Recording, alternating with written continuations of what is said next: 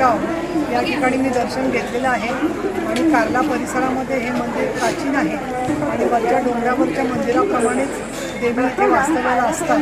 त्यांचं पवित्र असं दर्शन झालं. फार सुंदर पद्धतीने आरती, प्रसाद, नैवेद्य आईसाठी आणि वरच्या मंदिरासाठी लाल रंगाच्या साड्या, महावस्त्र आम्ही त्यांना दिलेलं आहे. त्याचबरोबर इथे स्थानिक जे सगळे आमचे पदाधिकारी आहेत, बोर आहेत, तसेच गुलावळे आहेत, तसेच कुटे आहेत, बाकीचे सगळ्या कांताते पांढरे महिला संपर्क प्रमुख जिल्ह्याच्या या, तसंच ग्रामपंचायत सदस्य आणि अनेक सामाजिक राजकीय कार्यकर्ते इथे उपस्थित आहेत आणि त्यांनी जी मागणी केली आहे, विनंती केली आहे, त्याच्यानुसार ही जी समोरची जागा आहे तिथे सभामंडप बांधण्यासाठी त्यांनी निधी मागितलेला आहे. तिथे भक्तांची सोय व्हावी या दृष्टीने वाहतुकीला अडथळा न येता सभामंडप बांधण्याच्या दृष्टीने मी 15 लाख रुपये माझ्या आमदार निधीतून जाहीर करत आहे. PWDची या संदर्भामध्ये मार्गदर्शन सर्टिफिकेट नक्की मिळेलच.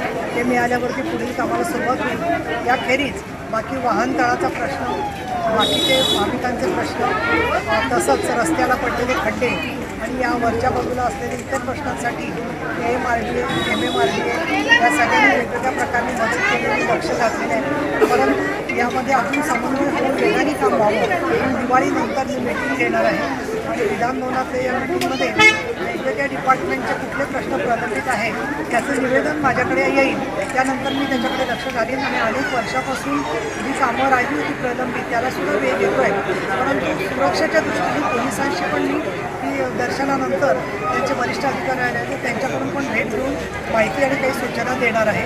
आणि विहीर गावचे सगळे ग्रामस्थ, वेळगावचे आणि एकविरेचे भक्त या सगळ्यांना मी सुरक्षितता, सौख्य, लक्ष्मी अशा पद्धतीचे प्राप्त हो, विजय प्राप्त हो याबद्दल विनंती करते.